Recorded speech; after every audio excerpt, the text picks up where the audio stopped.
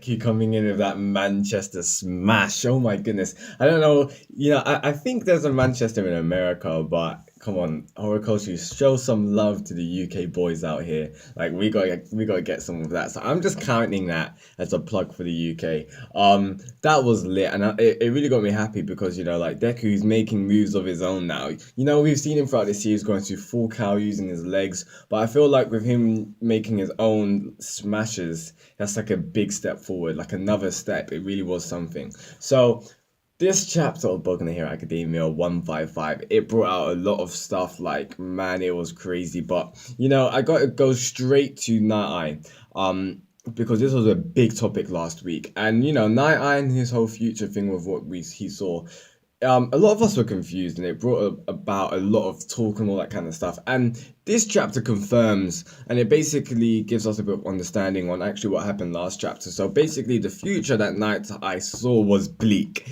It was despairingly terrible. It was negative to the nth degree. Like, Deku and Nighteye was gonna die, Eri was gonna be unprotected, and Shisaki Overhaul would have escaped. That was the future that Nighteye saw. So when it said a hope for what cannot be seen or something like that, obviously Nighteye hoped in an outcome which was the opposite, but he didn't see that. So in this chapter, it really does hit home because it's like, wow, this we do know this arc's gonna be dark, and it's probably gonna be the darkest arc yet, and it has been so far, to be fair. And it just solidifies the fact that there is gonna be a loss. Let's just say that Deku manages to bend the future. And I know that sounds so shonen, and we talked about it last week, but let's say he does. Let's say he manages to rescue Eri. There's still gonna be a loss, like, regardless. Miriel's quirk was gone, and that's massive. But of the magnitude, we need something higher than that. And I do feel like Nighteye really is gonna die. I don't think he is gonna make out of this alive. That will really hit home this arc on how, like, how the stakes were high. But aside from that, I'm happy that the girls are back in, because, like, really, I was so scared for a moment. I know a lot of us, we talk about how, if you think about it, in the macro scale of Boku no Hero Academia, girls don't really get a lot of screen time, and the girls that I mean Suyu, I mean Ochako, I mean Momo, and all sorts. They don't really get loads of screen time, Just recently, Kirishima had a little bit of the spotlight. So I kind of want, and I've been saying, I kind of want the equivalent, but on the girls' side. I want some Ochako spotlight, not gonna lie. I want some of her. I want some like Jiro, Momo, more of those guys. It'll be really awesome to see. So that's why I was so happy that they came back in, because really, I genuinely thought Horikoshi just neglected them this arc. Like, it was so hype with the dragon, Ryukyu coming in, turning into like a dragon, and then we just don't see them for like the next, how many, 10, 15 chapters, and I was just like, okay, like, are they gonna get off screened or something? And I've got bad experiences with off screen, hashtag bleach. But like, I didn't want that to happen. So I'm so happy that they're coming back in. Now, I think with them coming back in from the end of the chapter, for one, I couldn't see Hajire. I couldn't really see her. Maybe she's obviously there, like, she's alive, but maybe Horikoshi didn't really draw her in that panel. I'll probably look at it again after the video. But yeah, I really couldn't see her. But either way, for them coming in, it begs the question, is this one of the things which changes the future? Is this a possibility? Is this a factor which Nighteye didn't foresee? And this is part of the whole thing of them changing the future, them staying and like surviving and and rescuing Eri. Or is this just an extra scene? Nighteye was saying that whenever he's seen the future, that outcome will happen. Regardless if different things happen on the way, the ending will happen. And I think he used an analogy for like a film, how like you can keep adding in extra scenes, but the end scene, that's still gonna happen. So that's what I'm asking you guys. Do you think these girls coming in, they're just delaying the inevitable? If you think about it, they've basically made a massive escape for Chisaki. Like, they made a hole in the building. Chisaki can just literally grab Eri, jump out, and just dip. Like, so who knows? I'm really, all I can say is that I'm excited for them to come back in, Suyu and Ochako and all that kind of stuff, because they've been training with the other big three, Hajire. So, and I do love her. Her quirk is awesome. I don't know yet if I think it's water pressure, high water pressure. At first I thought it was wind, but I think it's like extremely high water pressure. So that was pretty cool. Now, aside from that, Aizawa sensei, we got to talk about him from this chapter. So it's really intriguing.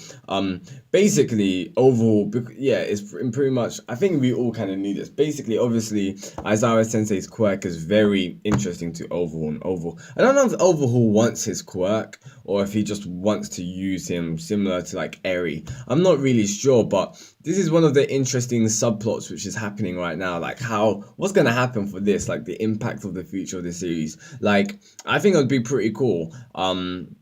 If he does get kidnapped or something, like who knows what's gonna happen, or what we know for sure, kind of like 80% sure, is that I'm not Nighteye, sorry, Aizawa Sensei probably won't die because his quirk is of too much use. Now, obviously, if this was like All For One, All For One would just take Aizawa Sensei's quirk and just kill him like that. But Overhaul can't do that. Overhaul can't take quirks, so it's obviously a little bit different. But it's really interesting, and the parallels between Overhaul and All For One. We saw it at the start of this arc when Overhaul was actually talking to Shigaraki about this. He was like, I want to be the next him. So it's kind of intriguing. He's basically following his not his steps, but like the path to success, pretty much. Like he's basically saying like, okay, All For One done it this way, and if it ain't broke, don't fix it. Like it worked for him, so let me do it in a similar kind of way. So yeah, that was kind of intriguing. Now we had a translation note on one of the pages, and it was the fact on when it said Eri is the boss's daughter.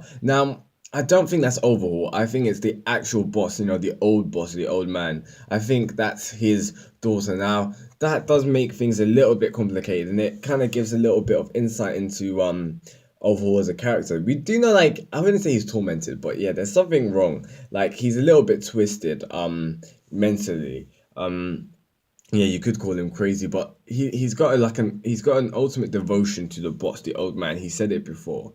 But Kurono states said in this chapter he'll do whatever he takes. So like I don't think that Overhaul hates Eri. I do think there's some sort of twisted, manipulated kind of love there for her. Maybe like a brotherly, sisterly kind of love or something like that.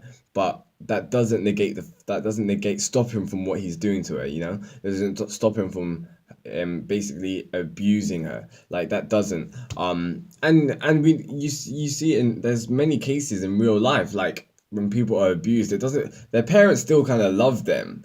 But it's a warped view of love. It's different. So yeah, Overhaul's just getting more complicated and interesting as a character, and I'm really liking it. And it just shows you Horikoshi really is going dark with these themes. It's very grounded. It really is, and that's what's awesome about it. Other than that, man, wow, Mirio. We got to talk about Mirio from this chapter. Okay, if you look on page 12, Mirio's crying. Like the man is crying, and I'm just like, okay, let's think about it. Let's just count up the things that Mirio's been through this arc so far. He's lost his quirk. He's been stabbed multiple times, like in the abdomen, like in the legs, all that kind of stuff. And his mentor got killed. Well, his mentor's dying. Like he saw his mentor basically get impaled through the arm, through the chest. Yeah, it's not looking good for him. And even Horikoshi said it, like the narrator said, his spirit has been continually strained. And man, it's like kicking you when you're down, to be fair, like for us readers' perspective, because it's so gut-wrenching still that Mirio's lost his quirk. Like I'm still sad about it. But the fact that he's going through all of this and like he's still saving Eri. And with Eri's at a point where she's basically lost all hope in these heroes. How I view it is like Eri basically believes Overhaul to be too strong, too powerful, too high of a mountain for these heroes to climb, that Eri basically lost hope in them. So Eri doesn't think it's possible for them to save her. Basically, that's what Eri thinks. And Overhaul was playing into her thoughts like that. That's why Overhaul was shouting, oh, do you really want to do this? Look how much trouble and how much mess you're making and all that kind of stuff. And at first I thought that was Nemoto talking because you see the hand in the mouth. Now I'm really intrigued about the fusion into that, because I'm still wondering, can they separate, and can Nemoto's consciousness still be there and all that kind of stuff? Like I'm really intrigued by that. Or has he actually died? And it's kind of like Parasite, not the series, but like, is the relationship between the two kind of like parasitical? I'm not really sure, to be honest.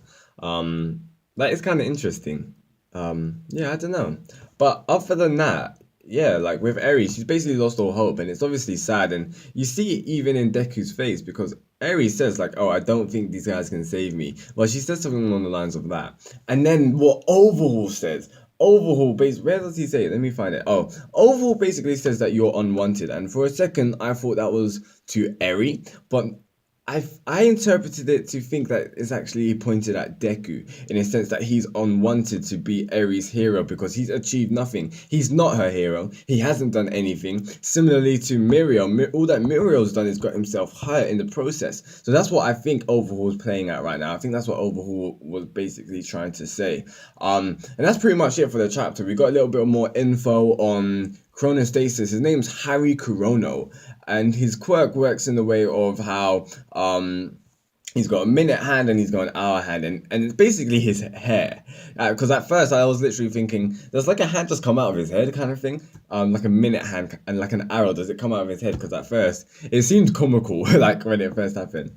But basically he can extend his clock needle like hair in a straight line to attack his foes. So a straight line, so he can't be doing like that. So yeah, there's maneuverability is a little bit diminished by that. Like he can't do zigzags and all that kind of stuff. But I'm sure in time, like if he trained it, he probably could. And yeah, anything that's hit by it has their movement slowed. So we saw it in this chapter, in the previous couple of chapters, and now Aizawa Sensei's actually been struck by the hour hand. I believe last time was the minute hand. So basically, he'll be stuck in that state for an hour. So it's kind of mad. It's kind of like Stains to an extent. And I mean that in a sense of how it immobilizes the enemy, but this is a bit more deadly than Stains in my opinion, because with Stain, it was like you had to cut them, drink their blood, and then for like 2, 4, or like 8 minutes they're immobilized. However, he can slow you down for a minute, or he can slow you down for an hour. And he says that you'll be slow as a snail. So I think this is probably worse than Stains, I think, possibly. But it is an interesting quirk with the clock and the minute hand kind of thing. I know a lot of us, when the character first got introduced, we definitely knew it had something to do with time. So yeah, that's pretty interesting. And one more thing that I want to talk about before I leave it be, is Deku. I really did love Deku in this chapter, but it shows you he's still got a long way to go, and it shows you that him just upping up the ante in sense of, oh, let me go 30%, let me go 40%, that's not always gonna cut it. Like, he needs to also focus in on his hand-to-hand combat, because his approach and movements were straightforward to see. It wasn't like Muriel's, it wasn't like Nighteye's, in the sense that they were just like amazing. However, with Deku's, it's more that's why that's why Overhaul was able to dodge it, because it wasn't as fast, it wasn't as tactical, you could say. It wasn't as it wasn't as hidden. I don't know if that's the right word, but yeah, I feel like Deku's probably going to realize this by him saying, yeah, just me upping the ante and my quirk, that's not always going to be able to do it. He needs to focus on hand-to-hand combat. And who better can tell it than Nighteye? Well, obviously Nighteye's pretty much dead right now, so maybe Muriel in the future. I really hope Muriel becomes like a sensei kind of thing to Deku. But either way, guys, please tell me your thoughts in the comments below. This chapter was absolutely phenomenal. I'm so happy that the girls are coming back in. That's really great. And if you liked anything I had to say, please drop a like. That will be greatly appreciated. Tell me your thoughts in the comments below, what you thought about this chapter. This is Shinigami Sam. Peace out, guys, and goodbye.